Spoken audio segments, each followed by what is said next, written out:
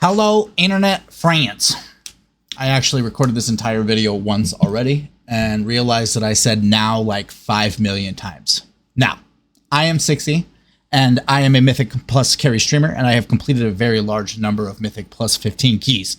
And today I'd like to share with you a daily series of tips and tricks to help you time your very own Mythic Plus 15s.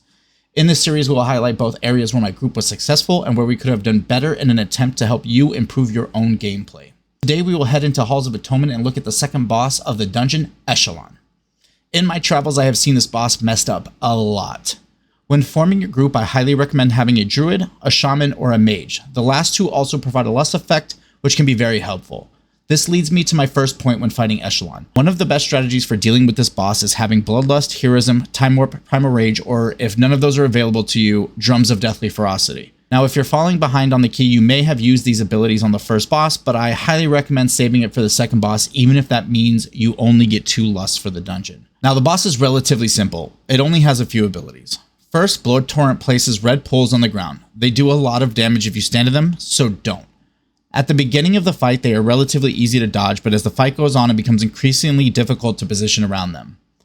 Echelon's second ability, Stone Call, summons 6 imps called Undying Stone Fiends.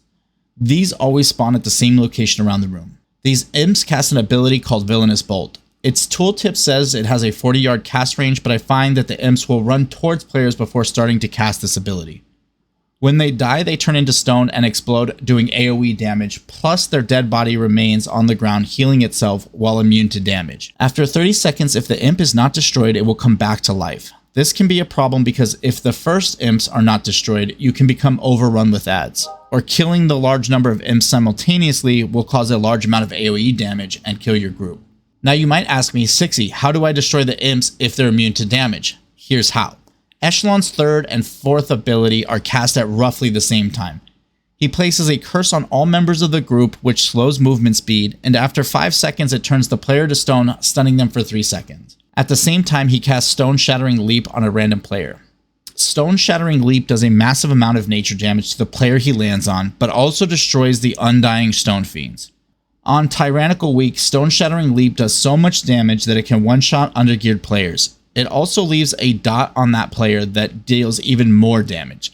So much so that the healer needs to focus heal this player to keep them alive. Now that we have gone over his abilities, let's talk about how to actually execute this boss. The beginning of the fight is relatively easy and straightforward. Burn the boss hard and fast. Once he casts Stone Call, we now have to manage the imps. As a Vengeance Demon Hunter, I can cast an AoE Interrupt Silence. This can easily hit 3 of the 6 imps.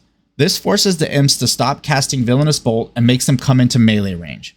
Doing so allows me to place these imps on top of the other 3 imps.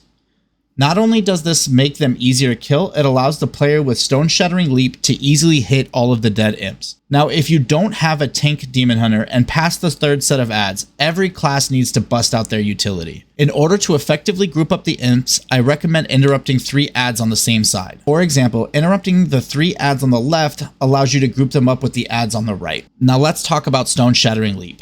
If you do not have a decurse in your group, then the player targeted with the ability needs to place themselves on top of the imps. You should also use a personal defensive, and healers, if you have an external damage reduction, place it on the person targeted with Stone Shattering Leap. If you are not targeted with this ability, get away. If you get hit with someone else's Shattering Leap, it will do a ton of damage to you and apply the same brutal damage over time. This makes the healer's job next to impossible. If you do have a decurse in your group, you want to decurse the person with Stone Shattering Leap. A lot of people choose to decurse the healer because it's easier, but the fact of the matter is the strategy is ineffective at higher keystone levels, as eventually Stone Shatter Leap will one-shot the player being targeted. Decursing the player with Stone Shattering Leap allows them to position themselves perfectly on top of the imps, ensuring that they are destroyed, and gives them the option to get out of the landing area. What I'm about to describe is a high-skill play that requires a quick reaction time. If you can't perform this, it's okay. Just make sure you break the imps and use the defensive. For the people that fashion themselves gamers, let's talk about ways to try and avoid the damage altogether. Once Echelon jumps into the air for Stone Shattering Leap, his trajectory is locked in. This gives you roughly 1 to 1.5 seconds to react. If you have a movement ability that increases your speed or allows you to blink, you can use it to avoid the damage altogether. In this example, I use Infernal Strike to avoid the damage. I wait till Echelon's feet are off the ground to ensure he has completed his cast, and then I use my ability to dodge the landing.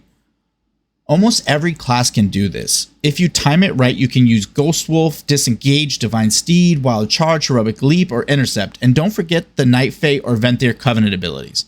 The list goes on and on, so try it out and see if you can't avoid the damage. Unless you're a Death Knight, you freaking loser.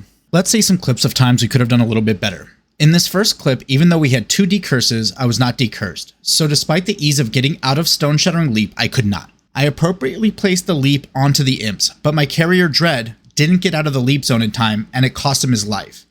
In the second clip, we see the opposite mistake. My healer Whiskey was appropriately dispelled and is a high mobility class. He correctly places Stone Shattering Leap, but does not use his roll ability nor his Transcendence to get out of the leap hit. As a result, he had to spam heal himself to keep himself alive. I, Mr. Perfect, in this clip, was talking instead of making a plan. I get out of the way of Savadan's leap, but walked into a blood pool and took a ton of unnecessary damage. In this last clip, our random winner / carry has a low eye level, and therefore a low health pool. He gets decursed, but isn't able to get out of the leap.